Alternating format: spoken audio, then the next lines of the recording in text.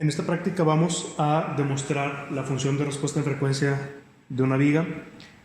Aquí tenemos una viga de aluminio en cantilever de 40 centímetros de longitud, 38 milímetros de ancho y 3 milímetros de espesor.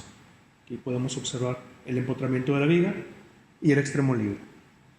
En el extremo libre tenemos un shaker o excitador electrodinámico que está conectado por medio de una varilla flexible, también ya conocida como Stinger, a un sensor de impedancia mecánica, que es un sensor que tiene una salida de fuerza, que es el cable blanco, y una salida de aceleración, que es el cable azul. Esta configuración, este tema, corresponde al tema de análisis modal, lo vamos a cubrir más adelante, para ver por qué usamos un shaker, por qué un sensor de impedancia mecánica, etc. Aquí lo importante es, yo voy a aplicar una entrada por medio de este excitador, una señal sinusoide, voy a ir variando la frecuencia. La entrada es la fuerza y la voy a medir por medio de ese sensor y a la vez voy a registrar la respuesta del sistema, que es la aceleración. El objetivo de esta práctica es demostrar experimentalmente las frecuencias de la viga,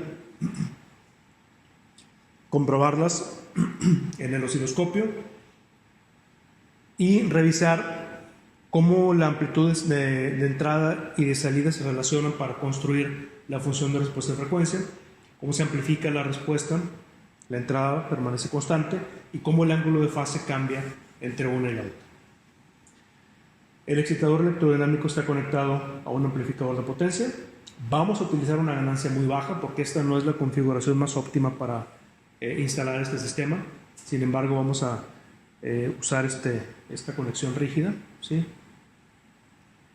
Y de acuerdo a la teoría, esta viga tiene en flexión, su primera frecuencia está a los 15.42 Hz, su segunda frecuencia 96.65, tercera 270 y cuarta 530 Hz. Estas son las frecuencias de flexión teóricas de esa viga de acuerdo a la teoría de Euler-Bernoulli. Aquí de este lado vamos a generar la señal en el generador de función, como lo hemos hecho anteriormente. Y vamos a empezar por la frecuencia de 15 Hz. Ahora, la amplitud es muy baja. No voy a observar una respuesta significativa en la viga. Pero, si observo una respuesta del osciloscopio, ahí voy a empezar a ver un cambio.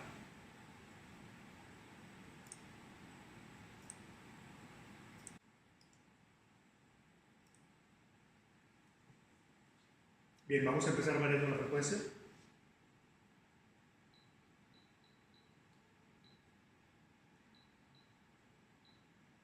Esta primera frecuencia es un poquito difícil de observar, sobre todo porque las amplitudes son muy bajas.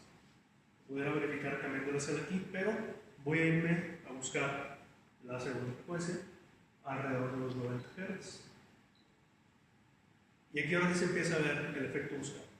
La señal verde es la señal de entrada de la fuerza, de un nivel relativamente bajo, y la señal roja es la señal de respuesta.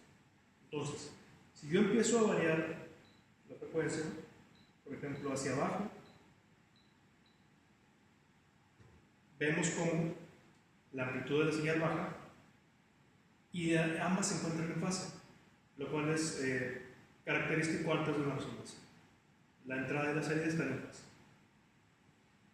Empiezo a aumentar poco a poco, detecto cómo la amplitud empieza a subir hasta llegar a un nivel máximo, aproximadamente por ahí, a los 92 Hz aproximadamente. Hay una diferencia con respecto a la teoría, es de esperarse por propiedades del material, dimensiones, etc. También por el efecto que tiene el shaker, la sujeción. Voy a aumentar aquí un poquito la escala.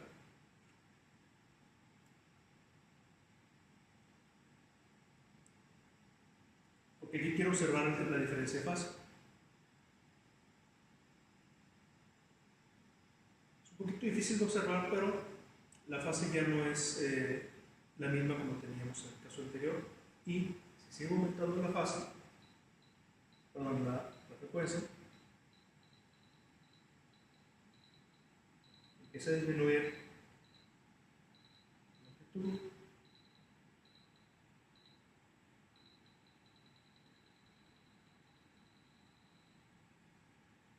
Y seguimos notando este efecto. Vamos a buscar la tercera frecuencia de 12,270 y vamos a ver si aquí lo podemos apreciar un poquito mejor. Vamos a empezar a buscar a partir de 250 Hz.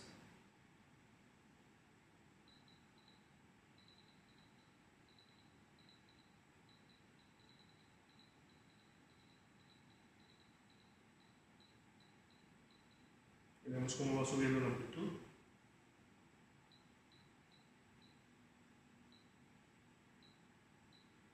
Y aproximadamente por ahí tenemos la resonancia.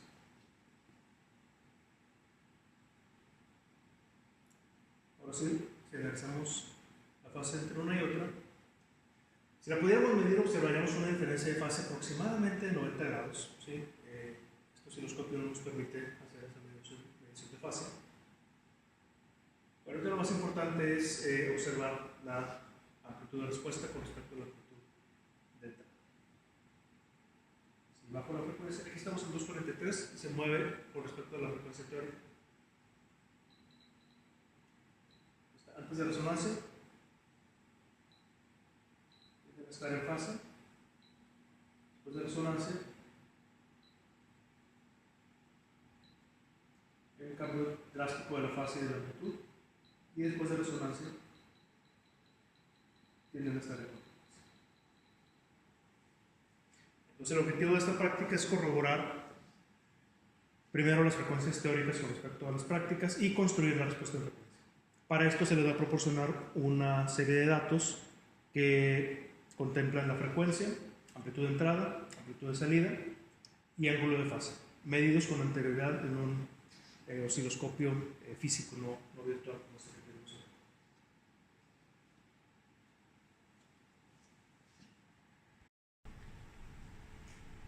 Para efectos de demostrar la diferencia de fase durante la resonancia, voy a cambiar la ganancia del canal 1, que representa la entrada, es la línea de color verde. Originalmente están con la misma ganancia para representar que si yo cambio la amplitud, perdón, la frecuencia,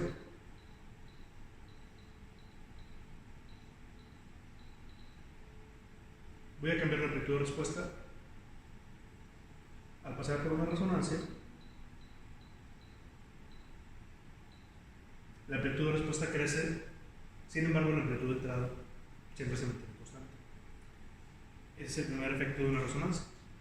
Pero el segundo, y muy importante, es la fase, porque hay que recordar que la función de respuesta en frecuencia tiene dos partes: parte imaginaria, parte real, y también puede representarse como magnitud y fase. Entonces voy a cambiar aquí la ganancia del canal 1, la voy a ajustar en el osciloscopio para tratar de dejarla igual que la respuesta y ver la diferencia de fase. Como pueden ver ahí, se alcanza a distinguir una diferencia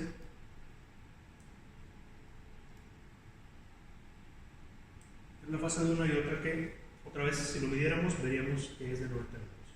Yo regreso de frecuencia.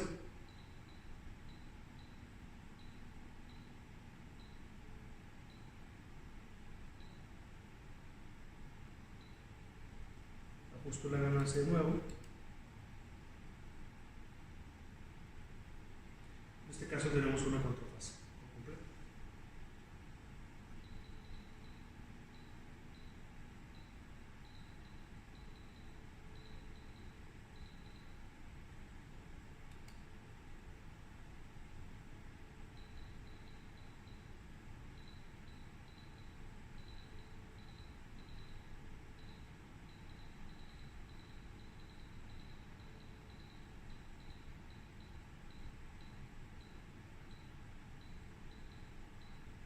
Otra vez para verificar, pasamos por resonancia.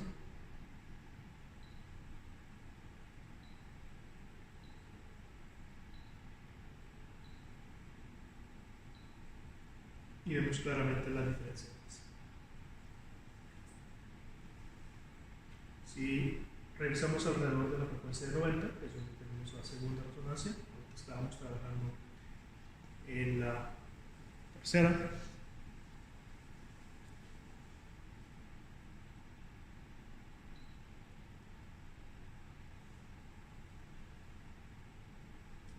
Casi en fase.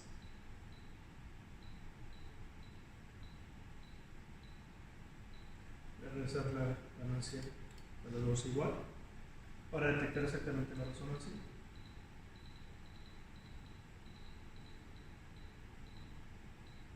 Estamos antes de resonancia, en fase.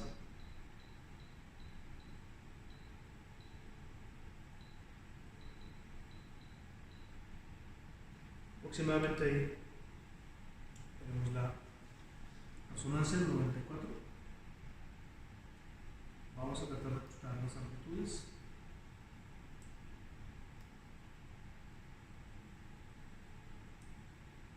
Y de nuevo se observa la diferencia de fase. Si incremento la frecuencia,